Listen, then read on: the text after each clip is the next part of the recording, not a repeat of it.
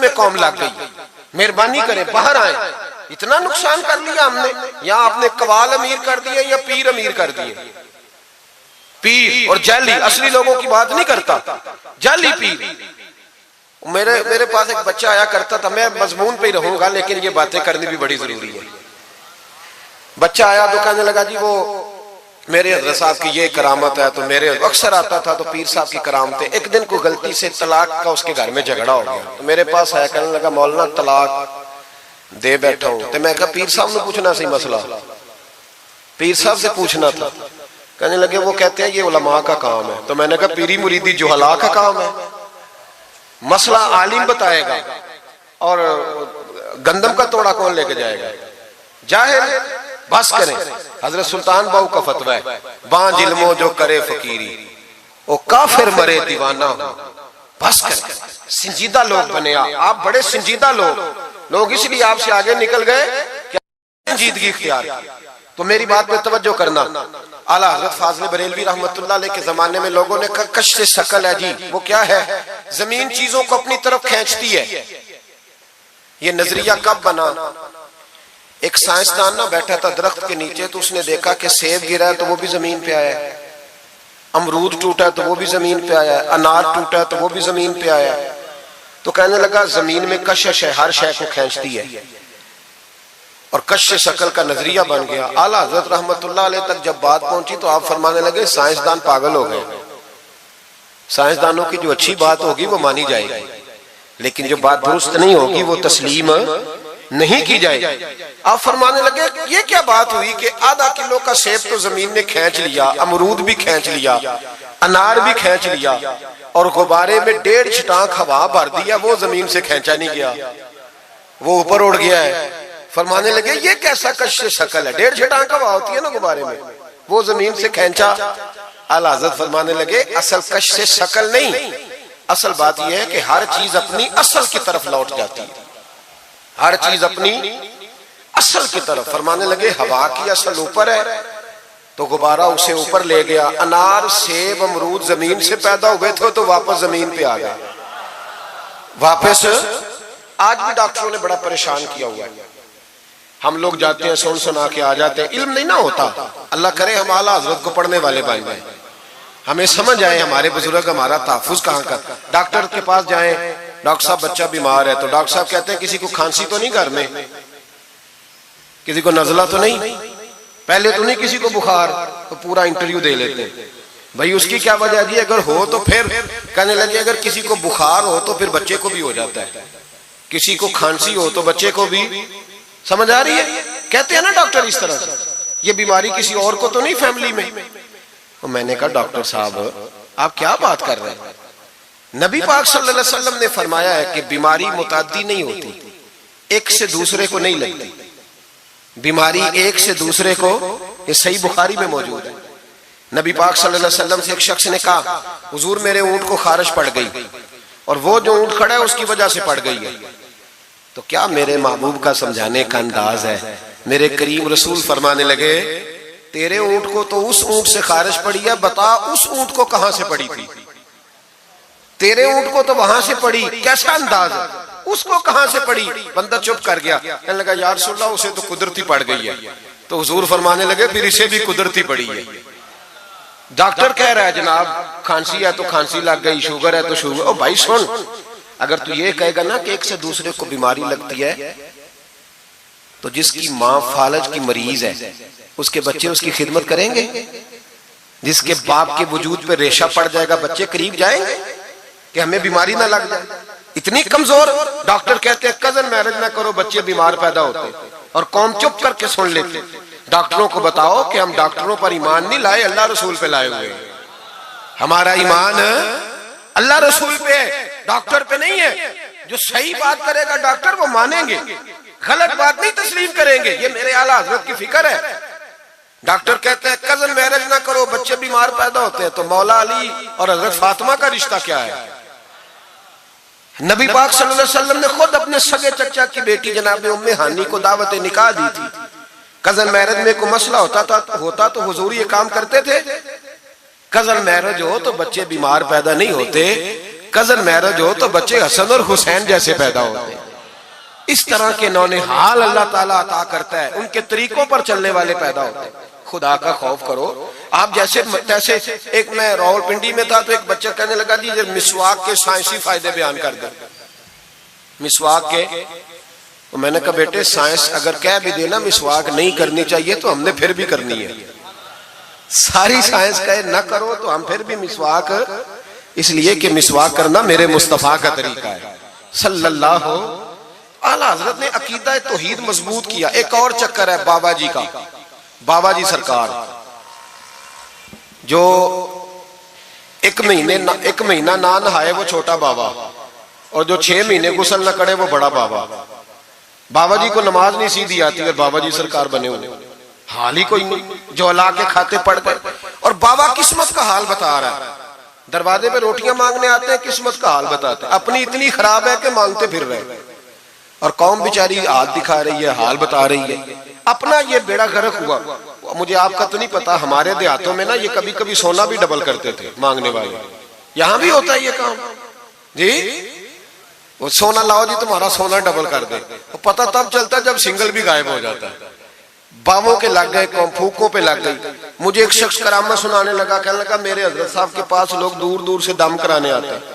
और मैंने कहा दम कराना जायज है, तवीज देना जायज है, लेकिन मैंने किसी के हदीस में नहीं पढ़ा कि कोई बंदा यमन से हुजूर के पास दम कराने आया है, मिस्र से दम कराने आया है। दम कराना बिल्कुल दुरुस्त है, हम खुद करते कराते, लेकिन ये असल दीन नहीं। नबी पाक के पास ना कोई शाम से तवीज लेने आया ना दम कराने आया। रसूल पाक के पास तो जो भी आया करता था नबी पाक का दीन ही सीखने आता था। तो दीन की बात कर, दम दुरूद की ना सुना, ये तो जिमनी बात है, ये तो ज़ैली बात है। आला हजरत दरवाजे पे खड़े थे, एक बाबा मांगने वाला आ गया। आला हजरत से कहने लगा 10 रुपए दो वरना आपका मकान उलट दूंगा। ये नफसियाती कब्जा कर लेते हैं। तो माँ भी बडेरी कहती है दे दो कहीं वाकई ना उलट दे। आला हजरत ने ये अकीदा नहीं हमें सिखाया कि हम रस्सियों से डरते फिरें। इतना कमजोर ईमान, लोग अपने साये से डरने लग गए।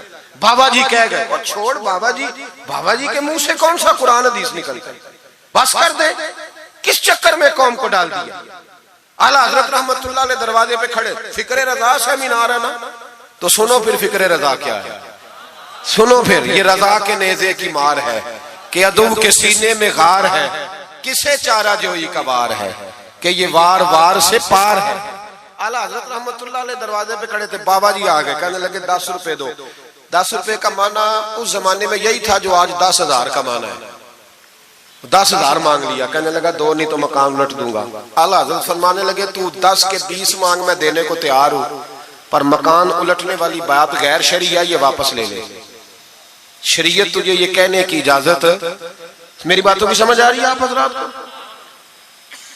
वो कहने लगा नहीं मैंने उलट देना है। आला हजरत की वालदा बूढ़ी औरत अंदर से बोली, कहने लगी अहमद रजा दे दो, फकीरों से नहीं उलझते। तो आला हजरत फरमाने लगे अम्मा जो सच्चा फकीर हो मैं तो उसके कदमों में बैठने को तैयार हूं, पैर चूमने को तैयार। हम तो निस्बतों पे मर मिटने वाले लोग, लेकिन बात वो करे जो रसूलुल्लाह की शरीयत इजाजत देती है। जिसकी इजाजत नहीं देती हम वो बात करने की इसे इजाजत नहीं देंगे। उसने कहा जी मैंने उलट देना है। इतनी बात हुई तो आला हजरत के जो शहजादे थे ना छोटे, मुफ्ती आजम हिंद मौलाना मुस्तफा रजा खान साहब, वो मकान की दूसरी छत पर, डबल स्टोरी मकान था, तो ऊपर वाली छत पे खेल रहे थे।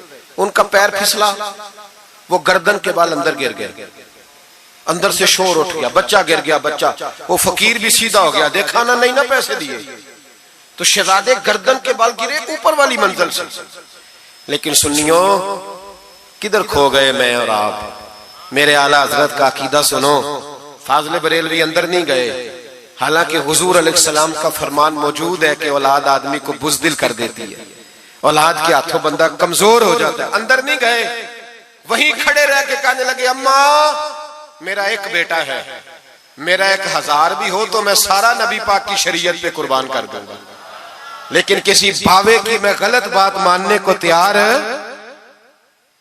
आला हजरत की जुबान से ये लफ्ज निकले तो साहबजादे उठ के दौड़े आए, कहने लगे अब्बा जी जरा इधर तो देखें, मैं दूसरी मंजिल से गिरा हूं पर मुझे खराश भी कोई नहीं आई, मुझे खराश भी कोई नहीं आई, देखे मेरे कपड़ों को मिट्टी भी नहीं लगी। आपके 2-3 मुरीद खड़े थे, कहने लगे हुजूर ये आपकी करामत है। आप फरमाने लगे मेरी करामत नहीं, ये मेरा अकीदा है, तौहीद है, ये मेरे रब पर ईमान है। खराश नहीं आई।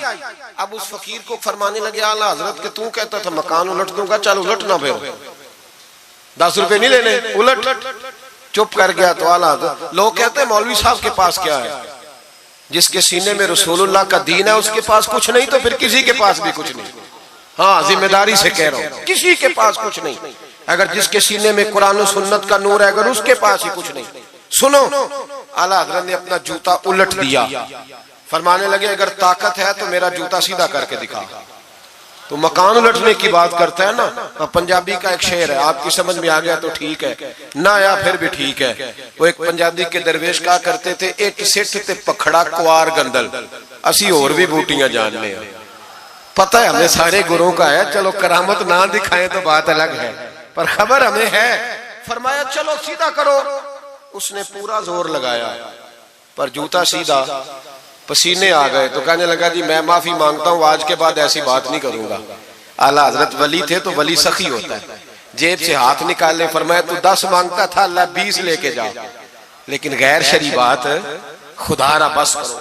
जो हमें हमारे बुजुर्गों ने नजरियात दिए उन पर कायम रहो। अकीदा रिसालत। आला हजरत के जमाना मुबारका में एक मौलाना ने कह दिया कि हुजूर के बाद भी कोई नबी आए तो खत्म नबूवत में फर्क नहीं पड़ता। तवज्जो है मेरी बात पर? इधर देखो मेरी तरफ। आला हजरत ने पता क्या जवाब दिया? आला हजरत फरमाने लगे तू कहता है आ जाए तो फर्क नहीं पड़ता, हम कहते हैं आए क्यों हुजूर के बाद? हमें जरूरत ही कोई नहीं, हमें कोई हुजूर ने कमी छोड़ी, हमें हाजत ही नहीं, आए क्यों? आला हजरत ने फतवा कुफ्र दिया। एक मौलाना उठे तो कहने लगे जैसा इल्म नबी पाक को है वैसा जानवरों पागलों सबको है। फिर वो कहने लगे मेरी बात का ये मतलब था, वो मतलब था, सच्चे दिल से, बड़े ठंडे दिमाग से। देखिए मैं कोई ऊंचा नहीं बोल रहा, कोई जोश में नहीं हूं। देखो एक बंदा कहता है जैसा इल्म नबी पाक को मिसाल देता है कि ऐसा अताई इल्म तो जानवरों पागलों सबको हासिल है।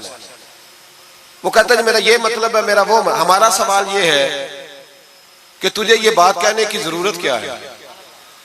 बोले है कोई जरूरत? नहीं तुसी बोल दे नहीं यार, हाँ तो कर दे, है कोई जरूरत? भाई मतलब जो बात में बयान करना है कि ये मतलब था तो वो मतलब था, तो ये बात कहनी चाहिए, क्यों कही? आला हज़रत रहमतुल्लाह अलैह फरमाने लगे तू पागल हो गया, कुरान नहीं पढ़ता। वअल्लमका मा लम तकुन तअलम। अल्लाह फरमाते हैं महबूब जो आप नहीं जानते थे मैंने सारा ही आपको सिखा दिया है। फरमाया जिसका उस्ताद रब हो उसे कोई कमी रहती है? फरमाने लगे तू ये मिसालें देता है, हमारा अकीदा ये है कि अल्लाह ने गैब के खजानों की कुंजियां ही अपने नबी को अता फरमा दी। एक मौलाना और उठे कहने लगे नमाज में नबी पाक का ख्याल आए तो नमाज टूट जाती है। लोग कहते हैं लड़ो ना, हम नहीं लड़ रहे भाई, हम तो उम्मत को इकट्ठा करना चाहते हैं। लेकिन इधर देखो ना, आपके सामने कोई बंदा खड़ा होकर कह दे कि नबी पाक का ख्याल आए तो नमाज टूट जाती है, तो आप उसके गले में फूलों का हार डालेंगे? क्यों? मुरब्बत करो ना, मुरब्बत का दर्ज दे रहे हो, मुरब्बत करो। चले आपको एक मिसाल देता हूँ बड़ी सादी। उसने कहा जी हुजूर का ख्याल आए तो नमाज टूट जाती है।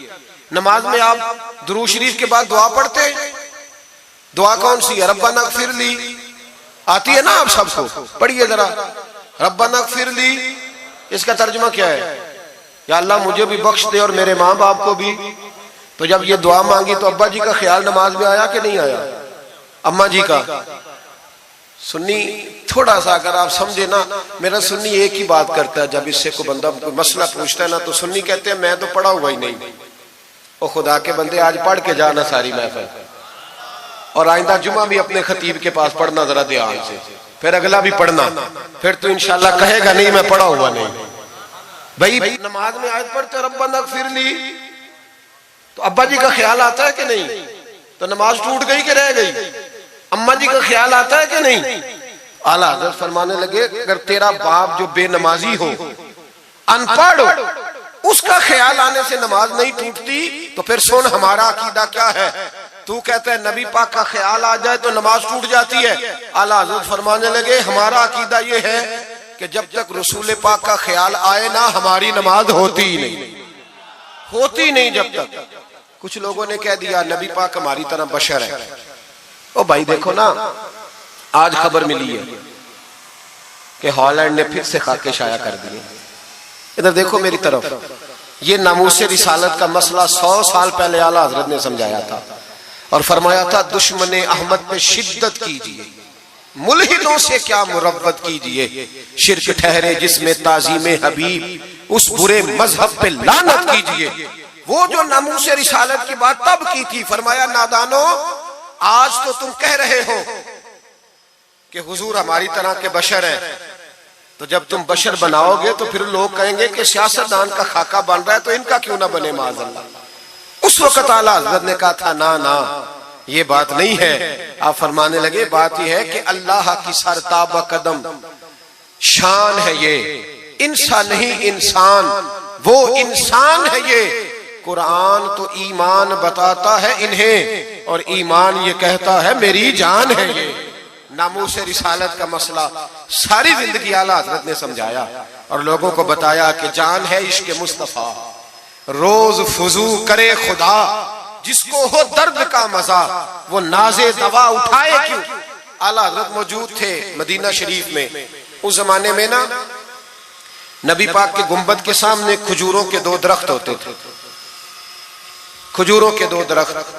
शोरा सारे बैठे थे, तो शायर जो होता है ना वो तशबीह देता है बाजों का। तो शायर ने शेर कहा, कहने लगा यूं है दरख्त हजरत वाला के सामने। तवज्जो है मेरी बात पर। हुजूर के गुंबद के सामने खजूरों के 2 दरख्त हैं। शायर ने शेर लिखा, यूं है दरख्त हजरत वाला के सामने, मजनू खड़ा हो खैमाए लैला के सामने। आला हज़रत फरमाने लगे ये शेर मेरे नबी पाक की शान के लायक।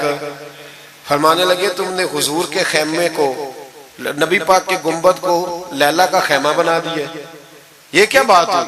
तो लोग मानते भी नहीं ना, वो भी ना माने। कहने लगे जी इतराज करना आसान है, शेर कहना मुश्किल है, आप बताएं शेर कैसे कहना चाहिए। फरमाया लफ्ज वो कहो जो हुजूर की शान के लायक है, जो शान के लायक नहीं वो लफ्ज न कहो। शेर क्या कहा, कहने लगे यूं है दरख्त हजरत वाला के सामने, मजनू खड़ा हो खैमाए लैला के सामने। आला हज़रत फरमाने लगे गलत है तशबीह। कहा जी आप बता दे।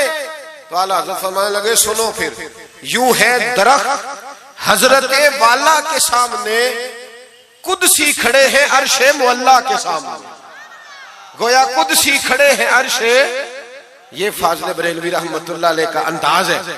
नामूस रिसालत के बारे में कभी किसी को गुंजाइश, हमारे एंकर टीवी पे बैठ के अभी भी बातें होंगी सवेरे बड़ी, मौलवी जज्बाती है जी, ये कहता है कि गुस्ताखाने रसूल से रिश्ता तोड़ो, और सारे एंकर हमारे बच्चों को खराब करते हैं। कहते हैं जी हुजूर ने तो अपने बेअदब को माफ किया। बिल्कुल माफ किया है, बिल्कुल माफ किया। नबी पाक ने अपने बेअदब को माफ किया है, पर हजरत अबू बकर सिद्दीक ने हुजूर के बेअदब को कोई नहीं माफ किया। हजरत उमर ने हुजूर के बेअदब को माफ, हजरत उस्मान गनी ने माफ, मौला अली ने माफ, इन लोगों ने हुजूर के बेअदब को माफ। लेकिन ना जो मेरी बेअदबी करेगा उसे मैं माफ करूंगा। बेअदबी मेरी करे और माफी मेरे छोटे भाई से मांग ले, उसको हक है माफ करने का, मैंने माफ करना है। क्योंकि बेअदबी ये मोटी बात है, इसको समझ ले। इस इज्तिमा में मैं हुकूमत पाकिस्तान को मशवरा देता हूँ, बड़ा बड़ा ठंडा मशवरा देता हूँ कि अगर बचना चाहते हो ना तो इनसे ताल्लुक तोड़ लो और इन्हें सख्त जवाब दो, बच जाओगे। वरना जो उनसे रिश्ता नहीं तोड़ेगा वो खुद भी नहीं बचेगा, वो राह में बह जाएगा, वो अल्लाह की पकड़ में आ जाएगा, उसके लिए मुश्किल हो जाए। खुदारा सख्त जवाब दो, तुम्हें अल्लाह ने मनसब दिया, मौका दिया, सख्त जवाब दो, स्टैंड लो। लोग कहते हैं उलमा की तकरीरों से क्या होता है, हमारी तकरीरों से गाजी इल्म दीन शहीद पैदा होते हैं, हमारी तकरीरों से आमर चीमा शहीद पैदा होते हैं, हमारी तकरीरों से गाजी मुमताज हुसैन कादरी पैदा होते हैं, ये यहां से पैदा होते हैं। इसलिए मेहरबानी करें, खुदा का खौफ करें और सख्त जवाब दें, और अपने मुसलमान होने का, आप मुसलमान हैं, मुसलमान होने का सबूत दे, सख्त जवाब दे। और अगर वो नहीं मानते तो गुजारा खाने पीने रोटी के बगैर हो जाता है, पर नबी पाक के बगैर नहीं होता। इसलिए मेहरबानी करो, उनको करारा जवाब जाना चाहिए। आप तायीद करते हैं मेरी बात की, सारे हज़रात होना चाहिए ना जी ऐसा। अल्लाह आपको जज़ा दे। आगे बढ़िए। आला हज़रत रहमतुल्लाह तआला अलैह ने इल्म सिखाया लोगों को। उनका कमाल पता क्या था, हम ना कमजोर दलाइल के साथ मैदान में उतरते हैं तो फिर हमसे लोग काबू नहीं आते। हमें ना स्टडी करनी चाहिए, पढ़ना चाहिए। हमारे यहाँ पढ़ने पढ़ाने का रिवाज नहीं, बल्कि अब तो जब से ये सोशल मीडिया आया है मुफ्ती भी सारे फेसबुक के रह गए। एक साहब पूछते हैं जी वो फेसबुक पे मैंने पढ़ा था, तो मैंने कहा फेसबुक किस किताब का नाम है, किस किताब का नाम है? उस पे तो जो जिसका दिल करता है, अच्छा भी उसका फायदा भी है, लेकिन मेहरबानी करें जब आपने पढ़ना हो ना तो फिर आप किसी मुस्तनद किताब से पढ़ें, फिर उस किताब का हवाला कोट करें ताकि माना जाए। आला हजरत मसला बताना भी जानते थे और मनवाना भी जानते थे। उनकी किसी किताब का कोई जवाब, और जब जवाब नहीं होता तो बंदे गालियां देते हैं, और जब सामने वाला गुस्से में आ जाए तो समझो उलझ गया है, अब दलाइल कोई नहीं तो अब गुस्सा करके भागना चाहता है। आला हजरत का एक फतवा है, मेरी बातों की समझ आ रही है आप हजरात को? पीछे वाले जरा कम कम हाँ ना कर रहे हैं, आ रही है जी आप हजरात को समझ? माशाअल्लाह कोरम भी पूरा हो गया आपका, थोड़ी तवज्जो करें मेरी बात पर। आला हजरत रहमतुल्लाह ताला अलैह का एक फतवा है। आला हजरत का फतवा है कि जुमे की जो दूसरी अजान है ना, बाज मस्जिदों में खतीब के सामने होती है। फरमाया खतीब के सामने नहीं देनी चाहिए, बाहर दरवाजे पे देनी चाहिए। आला हजरत का फतवा है। अब मेरी बात भी जरा ठंडे दिल से सुन लें। अगर कोई खतीब के सामने देता है तो अजान उसकी भी हो जाती है, समझ आ रही है? सुबह रटा ना डाल देना अपनी मस्जिद में जाके कि जी उन्होंने तो ऐसे कहा है तो आप ऐसे करते हैं। लोग अपनी इरादा होता है ना लड़ाई करने का, तो बहाना कोई और बना लेते हैं। तो आप कोई किसी का प्रोग्राम हो तो मेरी बात सामने रख के लड़ाई ना करे। जिस मस्जिद में खतीब के सामने भी जुमे की दूसरी अजान होती है, अजान वहां भी बोलिए हो जाता है। आला हजरत का फतवा है कि बाहर देनी चाहिए, पूरा रिसाला लिखा है आला हजरत। और आप दलील ये देते हैं, आप फरमाते हैं कि खतीब तो आया बैठा है, बाहर अजान पढ़ो ताकि बाहर किसी के कानों में जाए कि टाइम हो गया है। खतीब को सुना रहे हो, वो तो आया है, उस पर दलाइल दिया आला हजरत ने, क्योंकि फुरोई मसला है, इख्तलाफ का हक रखते। जबलपुर में आला हजरत चले गए तो वहां कुछ मौलाना हजरात ऐसे थे जो नाराज हो गए, कहने लगे जी हम 50 सालों से ऐसे ही कर रहे हैं, इन्होंने नया फतवा दे दिया। उन्होंने आला हजरत पे मुकदमा कर दिया।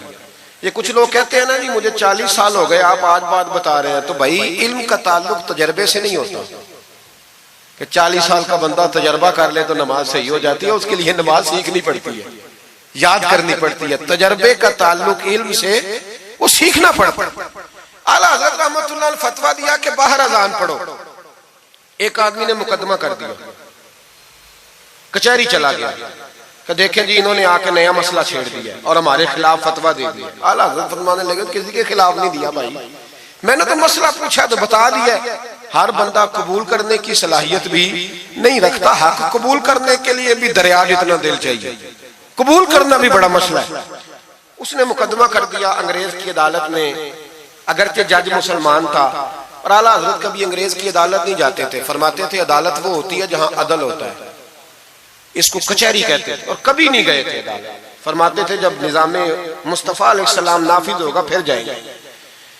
मुखालिफिन ने मुकदमा कर दिया। वो जो सामने आवाज देता है ना जज के, फुला बिन फुला हाजिर हो, हमारे यहाँ तो उसे अदरी भी कहते हैं, हाकर भी कहते हैं, आप पता नहीं क्या नाम देते हैं उसको, क्या कहते हैं जी उसको यहाँ, चले जो भी है, नुमाइंदा कह लें आप जज का, मैं तफसील में जाता नहीं। उसको कहा जाता है ना फुला बिन फुला को बुलाओ। समझ आ रही है आप हजरात को? आला हजरत का मुरीद था वो बंदा। जब पता चला ना उसके जज के पास मुकदमा है, तो आला हजरत ने बुला के उसे सारी बात समझा दी। वो मुखालिफिन जब कचहरी पहुंचे तो आला हजरत गए कोई ना, वो कहने लगे देखा वो आया नहीं, हम जज साहब को कहेंगे वो तो अदालत को भी कुछ नहीं समझता, देखो ना नहीं आया, जरा मसाला लगाएंगे और जल्दी फैसला होगा। जज मुसलमान था, उसने केस सारा पढ़ा, समझ गया कि मसला यह है कि एक मौलाना कहते हैं अजान खतीब के सामने दो, दूसरे कहते हैं वहां दो। जब बारी आई ना उस केस की, केस पढ़ के ना तो अपने उस नुमाइंदे को कहने लगा मौलाना अहमद रजा बिन नकी अली खां को बुलाओ। उसको आला हजरत ने समझाया हुआ था, उसने पता क्या किया, जज के कुर्सी के सामने खड़े होके तो कानों में उंगलियां दे ली, कहने लगा मौलाना अहमद रजा वल्द नकी अली खां हाजिर हो। तो जज कहने लगा वो बाहर जाके कहने लगा जी यही बात तो मेरे आला हजरत फरमाते हैं, यही तो वो कहते हैं कि उन बाहर जाके खतीब तो आया बैठा है, यही तो वो कहते हैं, यही तो मसला है। वो जज उसी वक्त कहने लगा उनको आने की कोई जरूरत नहीं, वो जो भी कहते हैं सही कहते हैं, मसला उनके हक में। मुल्के सुखन की शाही तुमको रजा मुसल्लिम, जिस सिमत आ गए हो सिक्के बिठा दिए। ये कमाल था इमाम अहमद रजा फाजले बरेलवी। बात कहनी भी आती थी और बात मनवानी भी, मनवा ली अपनी बात। वो उलमा भी बड़े काबिल थे, उन्होंने रुजू कर लिया, कहने लगे जी आपकी बात अकलन भी ठीक है, नकलन भी ठीक है, लिहाजा हम मानने को। पीलीभीत में आला हजरत चले गए। आला हजरत का फतवा है कि मुरीदनियों का पीर साहब से पर्दा वाजिब है जी, याद रहेगा आपको। और आला हजरत का ये फतवा है कि किसी बुजुर्ग की कब्र पे जाना है तो 4 हाथ दूर खड़े रहना है, करीब नहीं जाना। तवाफ करना हराम है कब्र का। बोसा लेने में भी इख्तलाफ है। आला हजरत फरमाते हैं मेरा मसलक ये है कि बोसे से भी बचो। मेरा नजरिया यह है कि बोसा 4 हाथ दूर खड़े रहो। 4 हाथ यहां तक होते हैं, चले आप बालिश कर ले, 4 बालिश दूर खड़े रह के फातिहा पढ़ो। किसने मलंगों को इजाजत दी है कब्रों पे माथा टेकने की, जब आला हजरत मना कर रहे? सारा कुछ उनके खाते में डाल देते हो जिन्होंने सारी जिंदगी लोगों को मना करने में गुजार दी। मैं कभी कभी कहा करता हूं मेरे आला हजरत बड़े मजलूम है, बड़ा जुल्म हुआ, हर ऐब उनके खाते में डाल दिया गया, हालांकि वो पहरेदारी करते रहे नबी पाक की शरीयत। फरमाया दूर खड़े रह के फातिहा पढ़ो। और आला हजरत से किसी ने कहा था मैं बुजुर्ग के मजार पे कई दफा आया हूं, फैज नहीं मिलता। आप फरमाने लगे तुम मजारों पे गैर शरई हरकतें करते हो, तो बाबे तो तुमसे नाराज हो गए अल्लाह के वली, वो तुम्हारे ऊपर फैज की निछावर कैसे करें? तुम तो उनको तंग करते हो, गैर शरई हरकतें करते मजारात। लेकिन बस मौज है लोगों की, लगे हुए। मेहरबानी फरमाए, तवज्जो करें। आला हजरत रहमतुल्लाह अलैह को एक शाह जी थे पीलीभीत के रहने वाले, उन्होंने जलसे पे मदऊ की, आप तशरीफ ले गए। हालांकि कम जाते थे, लिखने लिखाने के आदमी थे, पढ़ने पढ़ाने कम जाते थे, उन्होंने बुलाया तो तशरीफ ले गए। हमारे यहाँ तो अब टेलीफोन है ना जी, तो मिनट मिनट पे लोग पूछते हैं कहाँ पहुंच गए हो, कहाँ पहुंच गए हो, अब कहाँ आ गए। उस जमाने में खत होता था, खत डाल दिया जाता था, इस तारीख को जलसा है, जवाबी खत आता था, पहुंच जाएंगे। आला हजरत ने खत लिखा शाह जी को मैं आ जाऊंगा। जिस दिन आला हजरत पहुंचे उनको पता नहीं था कि उनके आने का टाइम हो गया। आला हजरत पहुंचे तो शाह साहब, शाह जी उनका लकब था बुजुर्गों का, वो शाह जी ना मुरीदनियों के बीच बैठे तावीज लिख रहे थे। आपको पता है मुरीदनियां ही ज्यादा नजराना देती हैं तवीज का, मुरीद तो पूरा पूरा देते हैं, इसलिए उनका पीर ज्यादा अमीर होता है।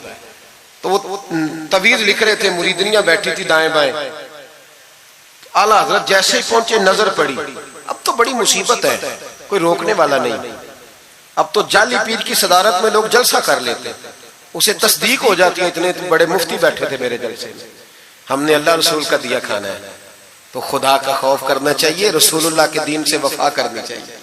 गलत आदमी की कभी सपोर्ट ना करें, वरना नबी पाक को क्या मुंह दिखाएंगे। मेरे आला हजरत रहमतुल्लाह ताला अलैह जब पहुंचे, शाह जी को देखा मुरीदनियों में बैठे तो वापस आ गए। लोगों ने कहा वो तो आला हजरत तो जा रहे। आला हजरत रहमतुल्लाह अलैह जा रहे थे, शाह जी को पता चला, वो दौड़े आए, आके कहा हुजूर लोग देख रहे हैं, कहां जा रहे हैं? मैं वापस जा रहा हूं। कहने लगे कुछ तो ख्याल करें, लोग क्या सोचेंगे। आला हजरत के हाथ में छड़ी थी, जोर से जमीन पे मारी। फरमाया जो नबी पाक की शरीयत का ख्याल नहीं करता मैं उसका ख्याल करूं, जो शरीयत का ख्याल नहीं करता उसका ख्याल करूं। शरीयत का बस समझ लेंगे जुमला, जो शरीयत का ख्याल ना करे कभी उसका ख्याल, और जो शरीयत का ख्याल करे उसके पैरों में बैठे रहो, उसकी नौकरी करो, उसकी ड्यूटी करो, उसकी गुलामी करो, लाजमी करो। शाह जी ने एक दलील दी, कहने लगे हुजूर ये जो मुरीदनियां होती हैं ये बेटियों की तरह होती हैं। तो आला हजरत फरमाने लगे तरह ही होती हैं, बेटियां तो नहीं ना होती। और फिर दलील देखो, आला हजरत की दलील कितनी आला है। आला हजरत फरमाने लगे शाह जी कुरान ने नबी पाक की अजवाज को मोमिनों की माएँ कहा है, वह अजवाजुहु उम्महातुहु, नबी की बीवियां तुम्हारी माएँ हैं। लेकिन फरमाया वही अम्मा हजरत उम्मे सलमा बैठी थी तो नाबीना से अभी आए थे, जिसको कुरान ने मां कहा उसके सामने बेटा आया था। तो रसूल करीम सल्लल्लाहु अलैहि वसल्लम ने जनाबे उम्मे सलमा से कहा पर्दा करो। अर्ज की हुजूर वो तो नाबीना है। फरमाया तुम्हें तो नजर आ रहा है ना। फरमाया जिसको कुरान माँ कहे जब उससे पर्दा जरूरी है तो ये तो बेटियों की तरह है। शाह जी भी बड़े ज़रफ़ वाले आदमी थे, कहने लगे हुजूर हाथ करीब करे, मुझे समझ आ गई आपके हाथ में तौबा करता हूँ, आज के बाद ये काम नहीं करूंगा। बड़े आदमी थे ना, मान गए। बड़ा आदमी मानता है, जो बुज़दिल होता है तो अपनी गलती पे डट जाता है।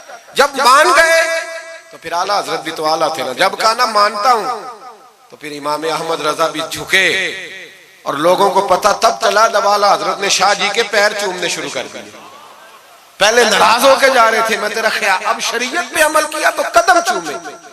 आला हजरत गुलाम थे सैयद, इतना इल्म पढ़ने के बावजूद एक पीर के मुरीद हुए। समझ आ रही है मेरी बात? मुर्शिद के मुरीद हुए, इतना इल्म पढ़ने के बावजूद। नौकरी की हम तो जरूरत ही नहीं, जो बंदा 2-4 जमातें पढ़ जाता है वो तो कहता है मैं मुझे पीर अच्छा मिलता ही कोई नहीं जी। तो मैं कहता हूं जब बंदा पढ़ लिख जाए और पैसे जेब में आ जाए तो फिर अच्छा पीर कैसे मिल जाए, इसमें शक नहीं। पीर भी गलत है, लेकिन अच्छे लोग भी दुनिया में मौजूद है। ये हो नहीं सकता कि अच्छे लोग हो ना, लेकिन हम किसी नेक आदमी की गुलामी करना पसंद नहीं करते। हम रश देखते हैं किधर ज्यादा है, रश के पीछे। आला हजरत मुरीद हुए और पीर खाने की नौकरी की। जब ड्यूटियां लगती थी आस्थाने पे तो मेरी तरह का तो मौलवी कहीं मुरीद भी हो ना तो पीर खाने पे जाके स्टेज पे बैठना पसंद करता है। लेकिन आला हजरत फरमाया करते थे मेरी बाथरूम पे ड्यूटी लगाओ, मैं वो वाली नौकरी करूंगा, उससे मेरा नफ्स कुचला जाता है। वो इतने बड़े आलिम हो, फरमाया करते थे मेरी वो ड्यूटी लगाओ जो सबसे छोटी है। आजी इस दर्जे की थी, इतनी अजमतों, इतनी फजीलतें, और फिर जब इतना कुछ अल्लाह बंदे को देता है ना, इतना उसे तकवा, फिर उसे अल्लाह बसीरत की रोशनी देता है। हुजूर फरमाते इत्तकु फिरासतिल मोमिन फइन्नहु यंजुरु बिनूरिल्लाह, मोमिन की फिरासत कल्बी से डरो, वो अल्लाह के दिए हुए नूर से देखता है।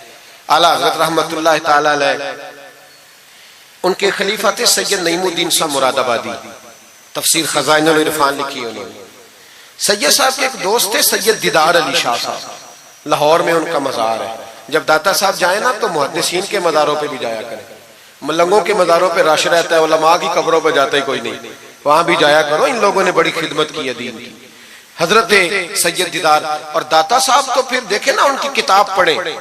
दाता साहब सूफिया के भी इमाम है, उलमा के भी इमाम है, कमाल कर दी। तो मेरे भाई हजरत जनाब सैयद दीदार अली शाह साहब सैयद नईमुद्दीन मुरादाबादी रहमतुल्लाह तआला अलैह के दोस्त थे।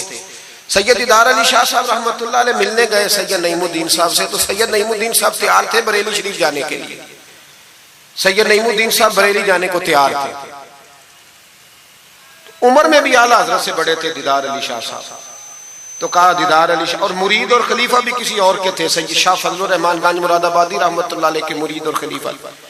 कहने लगे चल यार मैं बरेली शरीफ जा रहा हूँ, आला हजरत से मिला के लाओ। तो दीदार अली शाह साहब ने अजराए मोहब्बत, दिल लगी में नहीं बंदा बात करता, कहने लगे मैं किसी के पास क्यों जाऊं, मैं खुद बहुत बड़ा आलिम हूं। कहा चलो यार इमाम अहमद रजा के पास चले। कहने लगे वो मैंने सुना है कि वो जात के पठान है और तबीयत के सख्त है, तो मैं नहीं जाता। उन्होंने जबरदस्ती मनवाया, कहने लगे चल यार चलते हैं। ले गए साथ बरेली शरीफ। जब पहुंचे ना तो असर की जमात की आखिरी रकत थी, जमात अत्ता याद में बैठी थी। पहुंच गए। अब सैयद नईमुद्दीन साहब सैयद दीदार अली शाह साहब से कहने लगे कि शाह जी वुजू है? कहने लगे नहीं मेरा नहीं। कहने लगे मेरा है, मैं जमात में जाऊं? आप जाइए। वो जाके जमात में शामिल हो गए। सैयद दीदार अली शाह साहब कहते हैं मैं कुएं पे एक तालिब इल्म था, छोटा सा पानी निकाला हुआ था उसने, मैं समझा कोई बच्चा है जिसकी ड्यूटी लगी है वुजू कराने। हमारे मदरसे के बच्चों के साथ भी बड़ा जुल्म होता है ना, वो दाल जो कोई नहीं खाता वो मदरसे में पकती है। हाँ हाँ, बड़ा जुल्म होता है इन बच्चों के साथ। इसकी पूरी दास्तान है, कभी को मुझसे पूछे तो मैं बताऊं, बहुत बड़ा जुल्म होता है। एक मोहतरम साहब एक दिन कह रहे थे तंजीमुल मदारस की मीटिंग में कि मैंने जी कभी मदरसे का खाना चखा नहीं, मेरे लिए जायज नहीं, तो मैं चखता नहीं। मैंने कहा साहब अब चखना, और मेरी ख्वाहिश है आप भी वही खाना खाएं जो ये बच्चे खाते हैं। ये रसूलुल्लाह के दीन के तालिब इल्म है, इसलिए इनके साथ जुल्म होता है। मुझे यूनिवर्सिटियों में जाने का मौका मिलता है। 2-3 दिन पहले भी मैं national textile university Faisalabad lecture देने गया था। ठाठ बाट है यूनिवर्सिटियों के बच्चों को, इनका क्या असर करता है? ना सोने को जगह ना बैठने को जगह। वो जो शोर वाले नाथ खां थे वो पुजारों में घूमते हैं, और ये नबी पाक के दीन के तालिब इल्म रात की दाल पड़ी है तो कहते हैं थोड़ा पानी डाल के इसको खा लो। ये जुल्म इनके साथ करते हो। और फिर मैं बड़ी तकलीफ से बात करने लगा हूं। हदीस बयान की जाती है कि तालिब इल्म के कदमों के नीचे फरिश्ते पर बिछाते हैं। नीचे फरिश्तों ने पर बिछाए हुए हैं और उनकी गर्दन पर कुर्बानी की खालें लादी हुई, जैसे गधे पे लादी जाती है। इसके बारे में हदीस आई थी। अल्लाह का खौफ नहीं आता। आपने और मैंने मदरसे के बच्चों को इज्जत नहीं दी, इसलिए मदारस की रौनकें खत्म हो गई। और मुझे शिकवा है मदारस चलाने वालों से भी, इनसे प्यार करो। ये गरीब घरों के होते हैं, ये गरीब घरों के होते हैं। इनकी माएं भेजती हैं कि चलो कुछ बन जाएगा, लेकिन इनके साथ जो सलूक होता है वो अच्छा नहीं होता। इनके साथ इनकी ड्यूटी है, सारे मदरसे की ईंटें इन्होंने उठानी है, सारी नौकरियां इन गरीबों ने करनी है। खुदारा डरो अल्लाह ताला से। आला हजरत रहमतुल्लाह ताला अलैह के मदरसे का एक बच्चा खाना लेके आया घर से। चलो बात आ गई तो पहले ये कर लो।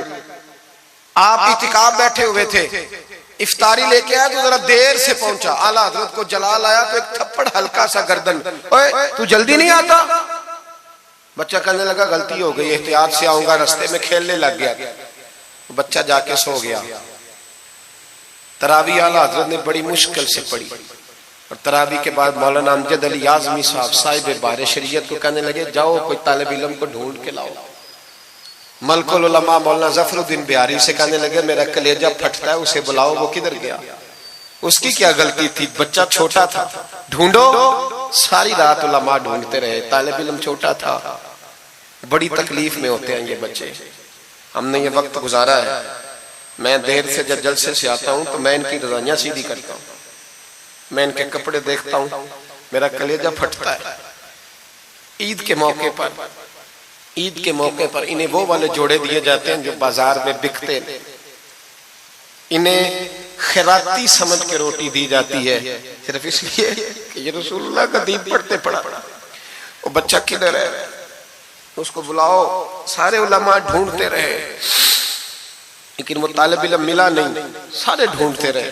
वो कहीं सो गया, ठंड थी, सफों में छुप के सो गया। सहरी के वक्त उठा, मेरे आला हज़रत सारी रात सोए नहीं।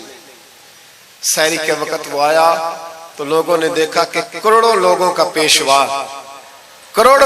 पेशवा, बेहिसाब फजाइल रखने वाला आलिम दीन इमाम अहमद रजा के गरीब तालिब इल्म के सामने अत्ताहियात की हालत में बैठ के हाथ बांध दिए और कहने लगे भूल गया था, बूढ़ा हो गया हूं ना, कुछ बातें ज़हन से उतर जाती, माफ कर दे बेटा, गलती हो गई। जितने उलमा थे रोने लगे, हुजूर आप ये क्या कह रहे हैं? फरमाया यार छोटा सा फूल सा दिल था बेचारे का, टूट गया हो, चल माफ कर दे, आइंदा नहीं करता। कहने लगा हुजूर आप जैसे राजी है मैं भी राजी हूं। फिर फरमाने लगे यार नाबालिग तो माफ करने का भी हक नहीं रखता। फिर उसका हाथ पकड़ के अपने चेहरे पे मारा, बदला ले ले। फिर जेब से पैसे निकाल के दिए और फिर कहने लगे अमजद अली, जफरुद्दीन, देख रहे हो ना सारे, मैंने बदला भी दिया है, माफी भी मांगी है और मैंने पैसे भी दिए हैं। अगर अल्लाह ने कयामत के दिन इस तालिब इल्म के बारे में पूछा तो मेरी गवाही दोगे ना? कहोगे ना यार, कहोगे ना? ओ भाई,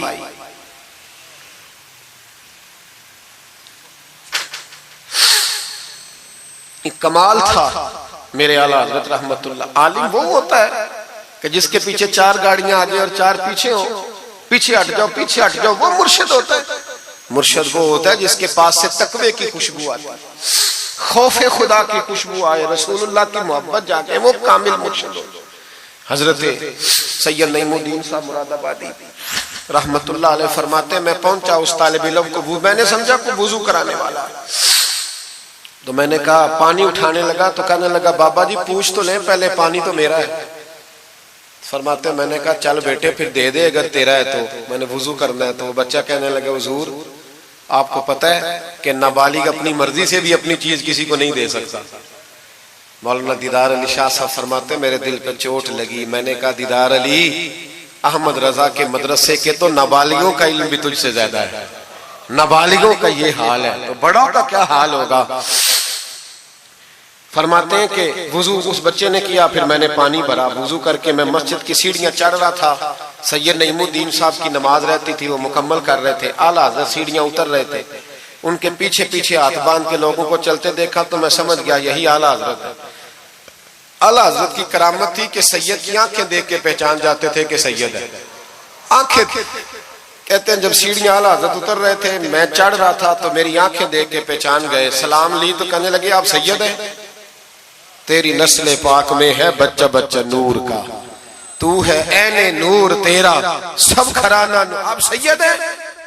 कहते मैंने कहा जी। कहते इतना बड़ा आलिम, जब मैंने जी कहा तो फौरन झुके और मेरे हाथ चूम लिए।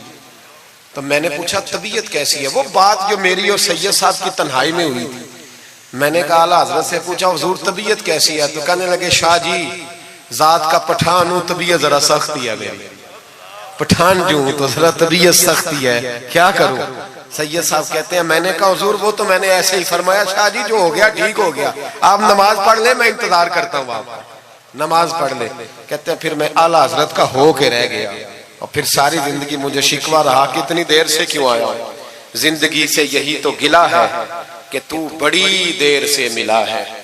खौफ पता कितना था दिल में, आजिज़ी कितनी थी, अल्लाह जानता है। मैंने बरेली शरीफ में वक्त गुजारा है, वहां नौकरी की है, टुकड़े खाए हैं, मैंने वहां कर्रो फर नहीं देखा, हटो बचो नहीं देखा, बड़े बड़े उनके कद काठ है इल्मी, लेकिन आजिज़ी देखी, आम तरीके से गलियों में घूमते देखा। मैं जलसों में जाता हूं तो मेरी ख्वाहिश होती है मैं बैठ जाऊं, लोग मुझसे मिलने सारे, लोग शिकवा करते हैं गरीब, कहते हैं हजरत जी अगर वजीर हमें नहीं ना मिलता तो पीर भी नहीं मिलता, कोई हमारे दुख नहीं सुनता, तगड़ा मुरीद आ जाए तो उसे हाथों से बोटियां डाल के दी जाती, और गरीब आ जाए तो उसकी तरफ नजरे इल्तिफात भी नहीं करते और कहते हैं इसको अकल नहीं। तो मैं कहता हूँ साहब जब जेब में पैसे नहीं होते तो अकल भी नहीं होती, फिर तो इंसान को होश नहीं होती तो अकल कहाँ होती? सब रोगा अंदर रोग मोहम्मद जिसका नाम गरीबी, एक कंड बला के लंघ जाते नहीं दोस्त यार करीबी। छोटा सा एक बच्चा 10-12 साल का, सैयद कनात अली शाह साहब आला हज़रत के खलीफा है, वो कहते हैं वो छोटा सा बच्चा आके खड़ा हुआ, कहने लगा हुजूर आपकी दावत पकानी है, को टाइम देंगे? आला हज़रत अभी कुछ कहने लगे थे, कहने लगा हुजूर मैं यतीम हूँ, अकेला हूँ, सिर्फ मेरी अम्मा है, मिलेगा टाइम? तो आला हज़रत फरमाने लगे तुझे नहीं टाइम देना। चुप कर गया, फरमाने लगे मैंने नहीं तुझे टाइम देना, तूने मुझे देना है, बता बेटे कब आऊं? कहने लगा कल जोर के बाद आ जा। फरमाया अकेला हूं या किसी को ले आऊं? कहने लगा एक बंदा लाइएगा, दो ना है।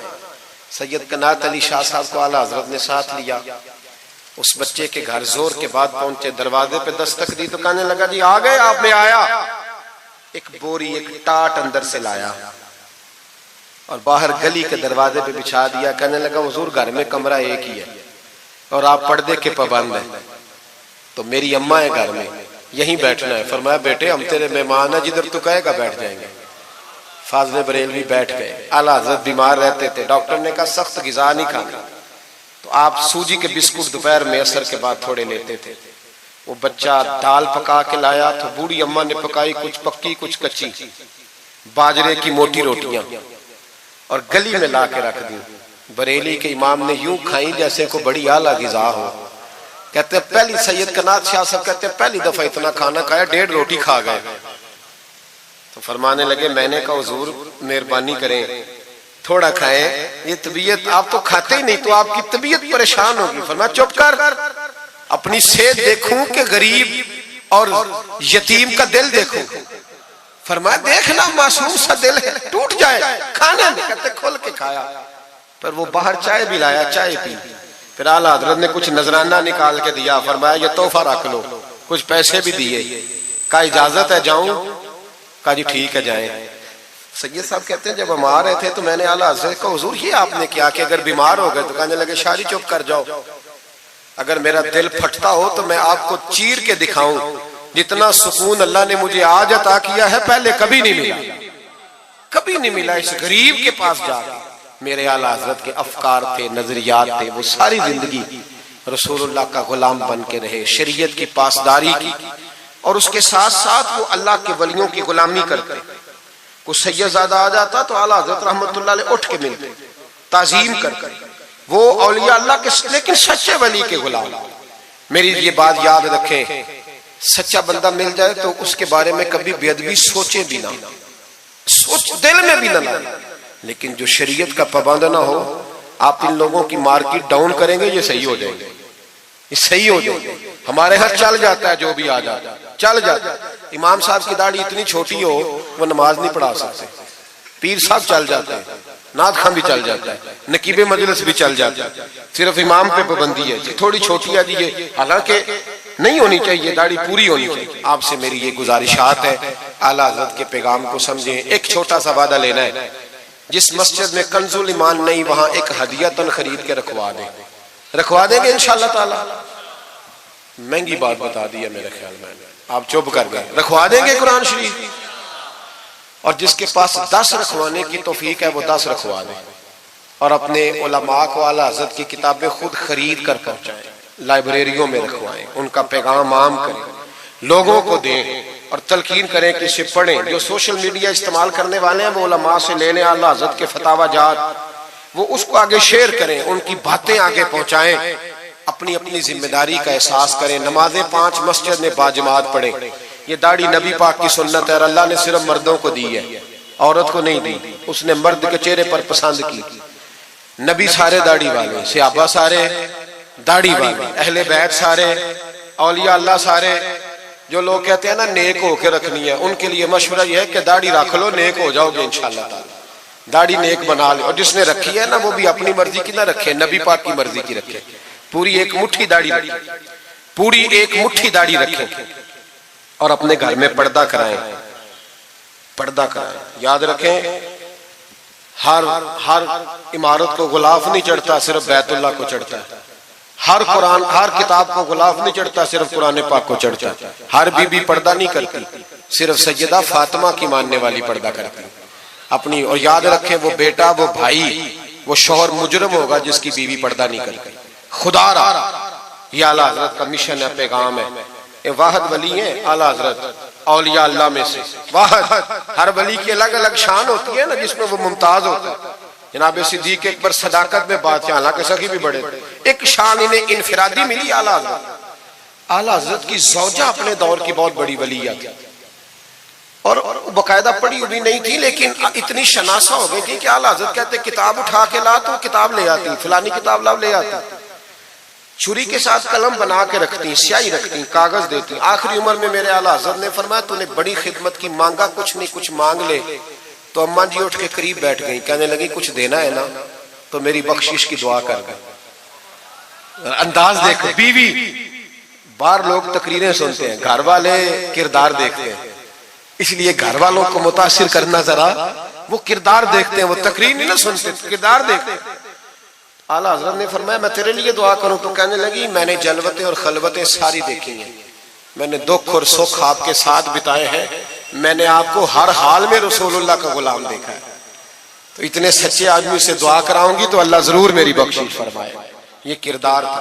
मुझे कहा गया कि मैं अपने पीरो मुर्शद हजरत सैयदना व मुर्शदना हुजूर ताजुश शरिया शहजादा आला हजरत हजरत शेखुल इस्लाम वल मुस्लिमीन मुफ्ती अख्तर रजा खान साहब रहमतुल्लाह अलैह के बारे में कुछ कहूँ, न मेरी हैसियत है, न मेरी औकात है, न मेरे लफ्ज़ों में इतनी ताकत है। ये तो कुछ ड्यूटी लगी हुई है तो कुछ बात कर लेते हैं। हुजूर ताजुश शरिया आला हजरत के पड़पोते थे। अजहर यूनिवर्सिटी में तालीम, बड़े बाप के बेटे होने के बावजूद बाकायदा तालीम हासिल की और अजहर यूनिवर्सिटी को टॉप किया। एक अजमी ने जाके अरबियों से ज्यादा नंबर हासिल किए और फिर वापिस आए तो पूरी दुनिया में दीन का काम किया। कई जुबानों में आपकी किताबें, करोड़ों लोग आपके मुरीद थे। मेरी तरह के कई लोग बाहर दरवाजे पे खड़े रहते थे कि चलो उस रास्ते में बैठने का मौका मिल जाए जहां से उन्होंने गुजरना है। कई लोग अल्लाह ने तौफीक दी मुझे कुछ देर उनके पास बैठने की, कुछ उनसे सीखने की, कुछ पढ़ने की। उन्होंने मेहरबानी फरमाई तो वहां भी बुलवाया। यह भी उनका विशाल हुआ है। करोड़ों लोगों ने नमाज जनाजा पढ़ी है, करोड़ों लोगों, करोड़ों। और इंडिया की मीडिया ये कहता है कि हमें समझ नहीं आई कि करोड़ों लोग आए हैं पर पत्ता भी कोई नहीं टूटा, पत्ता भी कोई नहीं टूटा। 50,000 आदमी इकट्ठा आ जाए ना आपके डीजी खां में तो पकौड़े भी खत्म हो जाएंगे ना, लेकिन वहां करोड़ों लोग आए, पता नहीं रोटी किसने दी, खाना किसने खिलाया, बड़े बाप के बेटे थे लेकिन खुद भी बहुत बड़े थे।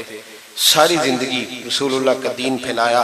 दुआ करना अल्लाह ताला हमें उनके तरीकों पर चलने की तौफीक अता फरमाए। मैं दुआ करता हूँ जो कुछ मैंने अर्ज किया अल्लाह उसे कबूल फरमा ले।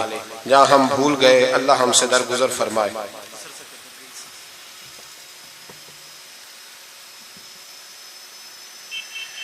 आप मुझसे अगर कहेंगे तो फिर सोशल मीडिया पे तो बड़ी बातें कौन कौन सी बयान करूंगा। तो बहरहाल हजरत इब्राहीम अलैहिस्सलाम के बारे में कुछ कहने को कहा गया। हजरत इब्राहीम अल्लाह के दोस्त है। वत्तखज़ल्लाहु इब्राहीम खलीला, अल्लाह के खलील है। यारों के यारों पर बड़े मान होते हैं, बड़ा प्यार होता है। फरिश्तों ने एक दफा शिकवा किया था कि या अल्लाह तूने यार बनाया है, उनके पास बड़ी बैल बड़ी गाय बड़े तूने ऊँट दिए हैं, बड़ी बकरियां दी हैं, तो यार तो उन्होंने बनना ही था। तो रब करीम ने फरमाया जाओ इम्तिहान कर लो। तो एक फरिश्ता आके ना फसल में बैठ गया, जैसे बड़ी फसल होती है ना कमाद की, तो वो जिक्र करने लगा अल्लाह ताला का। कोई भी जिक्र सुभान अल्लाह व बिहम्दिही सुभान अल्लाह, मुख्तलिफ रिवायतों में मुख्तलिफ लफ्ज में। हजरत इब्राहीम को सुना तो बड़ा मजा आया, तशरीफ ले गए ढूंढते ढूंढते। तू जिक्र कर रहा था कहाँ? फरमाने लगे फिर जिक्र सुना मुझे मेरे रब का। कहने लगा पहले मर्जी से कर रहा था, अब आपकी मर्जी है तो पैसे लगेंगे। क्या लेगा? कहने लगा सारे ऊँट ले लूंगा। फरमाया तेरे हुए ना इल्मा विच फसा सानू, तू यार दी गल सुना सानू। हजरत इब्राहीम अलैहिस्सलाम ने सारे ऊँट दे के जिक्र सुना। थोड़ा और करो। तो फरिश्ता कहने लगा सारी गायें ले लूंगा फिर करूंगा। फरमाया तेरी हुई, तेरी। कहा जनाब सुनाता हूं। सुनाया। थोड़ी देर के बाद कहने लगे और जिक्र करो। कहने लगा सारी बकरियां ले लूंगा। फरमाया तेरी हुई। ये जिक्र का भी एक नशा है, यार की बात का भी एक नशा है, ये नात की भी एक लज्जत है। ये जब लग जाती है तो फिर रोज दिल करता है, रोज। फरमाया सारा कुछ तेरा हुआ। जब सब दे बैठे तो कहने लगे थोड़ा और सुना। कहने लगा अब क्या दोगे? तो आप फरमाने लगे जानवर संभालने के लिए तुझे किसी की मदद की भी तो जरूरत है ना, तो मुझे रख ले, मैं तेरी मदद करता रहूंगा, तो मुझे रब का जिक्र सुनाते रहेगा।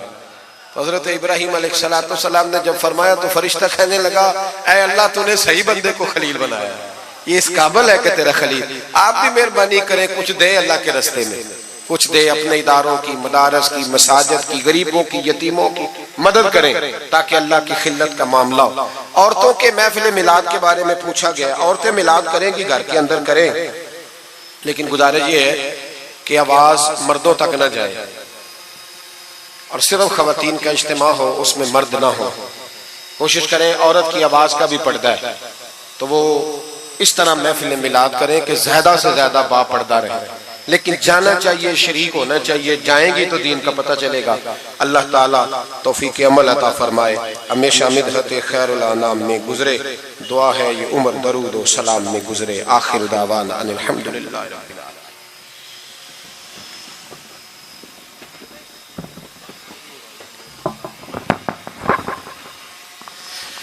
मुस्तफा जाने रहमत पे लाखों सलाम, शुशब में हिदायत पे लाखों सलाम। जब हुआ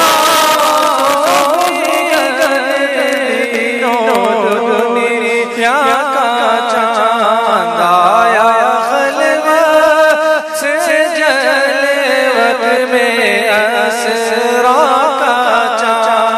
निकला जिस साथ मसूदे बदहा का चांद, सुहानी घड़ी चमकाता है बाका चांद, उस दिल अफरोज साथ पे लाखों सलाम। मुस्तफा जाने रहमत पे लाखों सलाम। किस्साए तूरो मेराज समझे कोई, फर्क मतलूब तालिब का देखे कोई।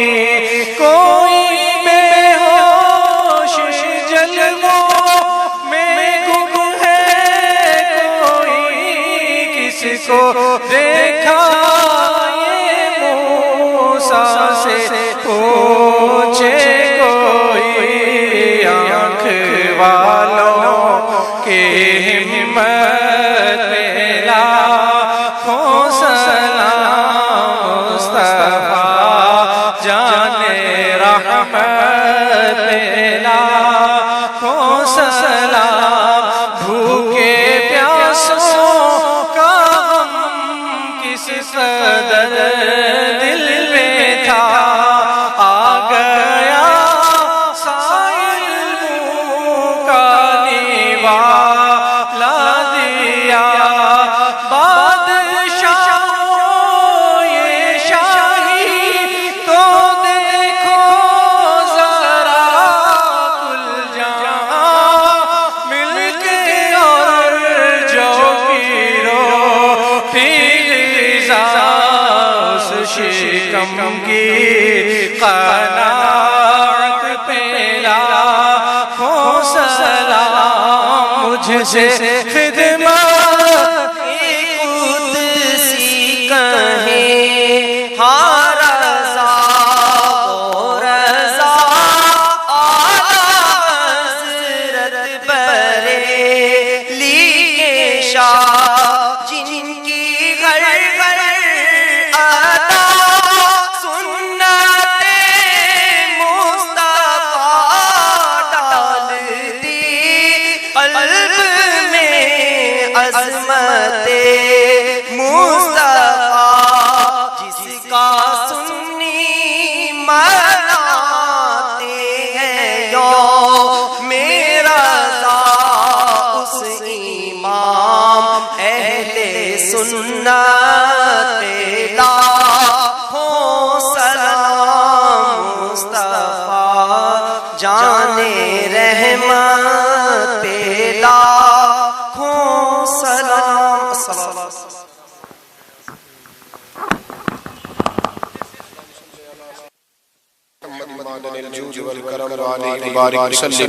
अल्लाह हमारी इस हाज़िरी को कबूल फरमा, हमें दीन के साथ इखलास नसीब फरमा।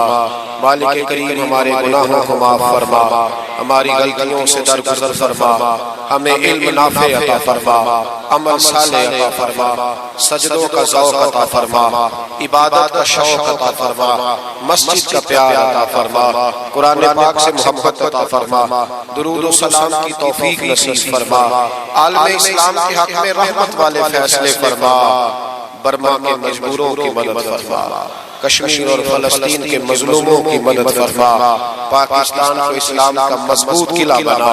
ऐ अल्लाह दीन का बोलबाला फरमा, गुस्ताखान रसूल का मुंह काला फरमा, मुसलमानों को गैरत ईमानी और जज्बा जिहाद अता फरमा, शौक़ शहादत नसीब फरमा। या अल्लाह जिन दोस्तों ने ये खूबसूरत बंदोबस्त किया उन्हें बेहतरीन जज़ा अता फरमा। एक नुक्ते विच गल मुकदी है, एक नुक्ते विच गल मुकदी है, एक नुक्ते विच गल मुकदी है, एक नुक्ते विच गल मुकदी है। फड़ नुक्ता छोड़ हिसाबां नूं,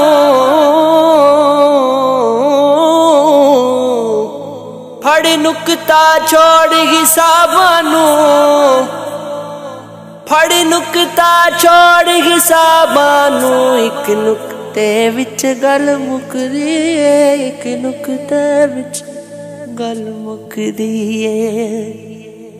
तू अलिफ दा नुक्ता बंदिया तू, एवें मिट्टी दे विच लुकिया तू।